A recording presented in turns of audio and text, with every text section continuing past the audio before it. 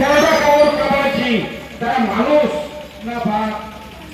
আমরা ইউনিট চাই তার ফাঁসি হোক, ফাঁসি না হলে আমরা ততদিন এই বিক্ষোভ চলবো না।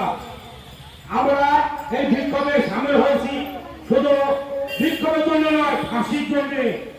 এই ফাঁসি যতদিন না হবে ওই অন্যায়কারীদের, ততদিন আমরা এই বিক্ষোভ চলবো না।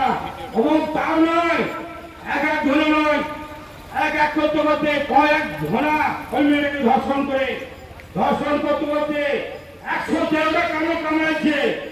বাপ, ওই বাপকে কি করতে হবে? জনসাধারণ সামনে তুলে দিতে হবে, দাঁড়িয়ে তুলে করতে হবে, মানুষকে দেখাতে হবে যে না, এই অন্যায়কারীদের শাস্তি মানুষ দিচ্ছে। এত বড় অন্যায়, তারা আমাদের দেশের ডাক্তার, আর ডাক্তাররা নিরাপত্তা ভাবে কোথায় পাবে? কি করে পাবে? কার কাছে জানাবে? তাহলে আমাদের